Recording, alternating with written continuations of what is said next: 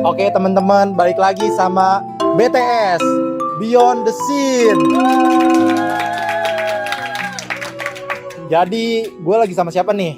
Boleh kenalin dulu nggak Bapak sutradara untuk film Hari Terakhir Sebagai Kakak nih?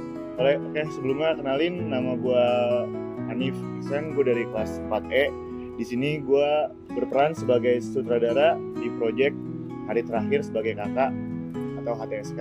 Oke, sebelum mulai gue juga izin kenalin diri. Gue Rosario Teturan dari 4E.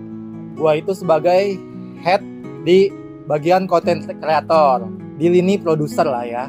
Oke Nip, Ya, jadi lu kenapa nih Nip bisa tertarik jadi sutradara di film Hari Terakhir Sebagai Kakak? Apa yang ngebuat lu ini tertarik? Sejujurnya sebelumnya tuh belum ada pemantik sama sekali, karena kan ini kan adalah film dari hasil remake yang mana kita tuh disuruh bikin banyak short movie dulu dan dibuat per kelompok, dan di kelompok tersebut gue pun berperan sebagai editor, bukan sutradara. Oke. Iya. Dan karena kebetulan waktu itu kita lagi ada tugas di mata kuliah sinematografi, dan tugas tersebut pun mengharuskan gue untuk mendirect suatu short movie. Oke. Short movie 10 menit di kelas langsung gitulah. Iya. Nah, di situ gue dipilih sama dosen untuk jadi sutradara di proyek ini di Sinespe nanti. Oke. Gitu. Boleh dong di-mention siapa dosen sinematografi itu? Dosen sinematografi itu namanya Pak Hasan Mukti Iskandar, atau biasa anak-anak manggil dia Abangku Bang Uki. Abangku Bang Uki. Iya, Oh, Abangku mantap. Karena dia juga udah mulai ngebonding sama siswanya nih. Dia ngebonding tuh dengan cara yang quote unquote tuh temen tongkrongan gitu. Jadi diusahain sama dia supaya kita tuh kalau bonding sama dia atau lagi diajar sama dia, kita rasa nongkrong aja, jadi enjoy masuk ke layaknya temen ya. Iya, layaknya as a friend gitu. Oke. Nih, berarti ada lagi nih pertanyaan lebih untuk sutradara nih di film ini. Siap.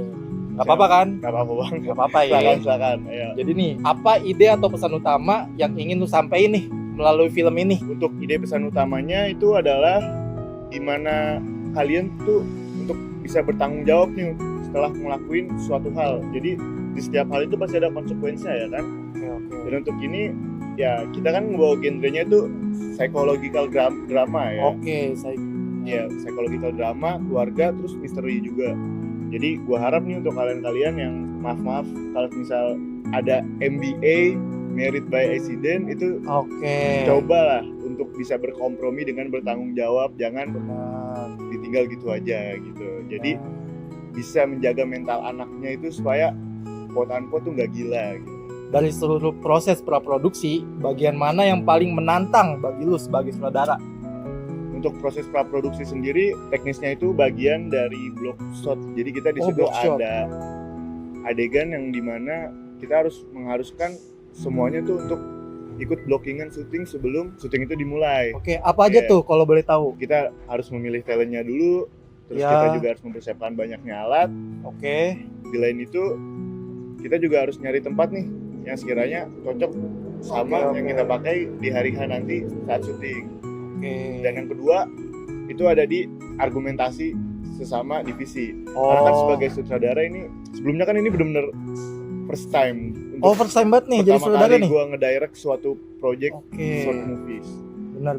Jadi ya untuk mempertahankan argumennya itu mungkin lumayan menguras mental gue, dan juga gue ngerasa exhausted terkait argumentasi, perdebatan argumen. Meskipun dari argumen tersebut ya menandakan nyatanya berarti nih dia beneran mahasiswa nih, berarti yang gue pimpin nih proyeknya. Jadinya bukan anak SMA lagi. Anak SMA yang pasif manut-manut aja. Jadinya gue menerima argumen atau kritikan tersebut dalam bentuk apapun dengan mencoba dengan kepala dingin.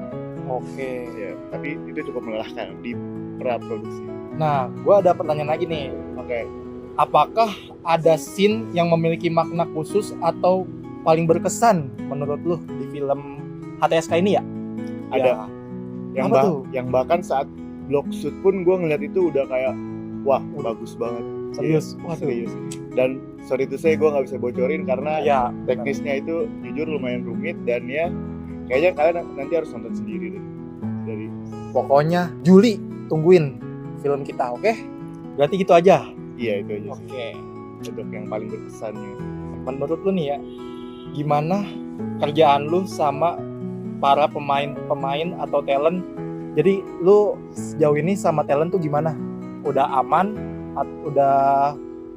Udah saling bonding atau masih abu-abu nih? Mungkin bisa dibilang 50% lah ya, karena kan gue baru bisa bonding tuh kayak enjoying the free time sama si karakter lakinya aja, yaitu si Dimas. Oh, sama si Dimas ini? Iya, tadi sebelumnya gue udah banyak ngopi, ngerokok, pinjem korek gitu-gitu. Jadi ya udah lumayan bonding lah sama dia, nanya rumahnya di mana, terus dia lagi ngapain aja ya. Tapi baru sampai situ aja, yang lainnya masih belum banget ya, belum banget. Apakah ada momen yang gak terduga nih selama praproduksi di film ini? Kalau momen yang gak terduga tuh jujur itu banyak banget ya. Banyak banget. Karena kan kita kan gak cuman mengandalkan kreativitas kita aja nih. Kita juga ada kayak terms-nya sendiri dari kampus. Entah itu terms-nya kadang bisa berubah, atau terms-nya kadang bisa jadi nyebelin, atau malah ngentengin kita ya kan. Iya. Nah mungkin ketentuan-ketentuan dari kampus tersebut yang bikin planning kita awalnya benar-benar subjektif gitu, dan udah disepakati bersama-sama tentunya itu berubah cuman gara-gara ada terms baru yang baru di announce sama dosennya. Oh jadi kayak bukan miskom ya jatuhnya ya? Bukan miskom, cuman telat info. Informasinya. Oke. Jadi gitu guys.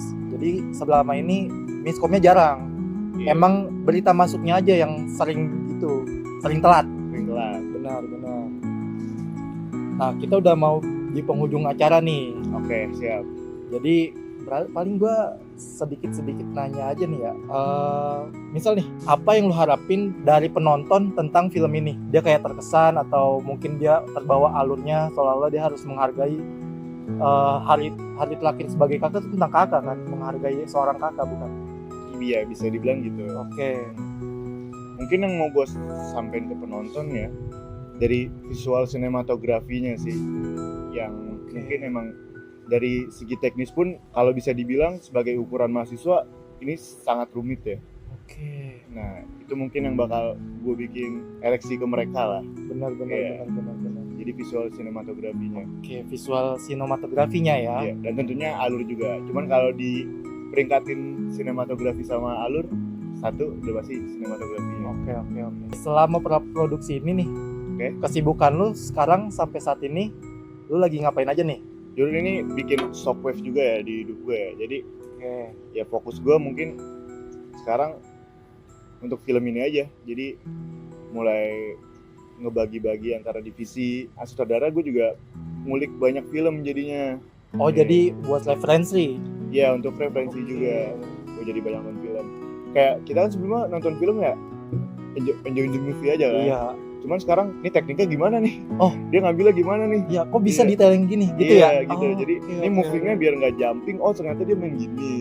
Jadi sekarang gue nonton movie itu udah bukan untuk enjoy sebatas enjoy aja. Jadi udah mulai masuk ke belajar ya. Kayak gue harus bikin note lain sini setiap nonton movie gitu. Oke. Menarik ya dari sutradara kita ini ya. Kita udah mau di penghujung acara banget nih.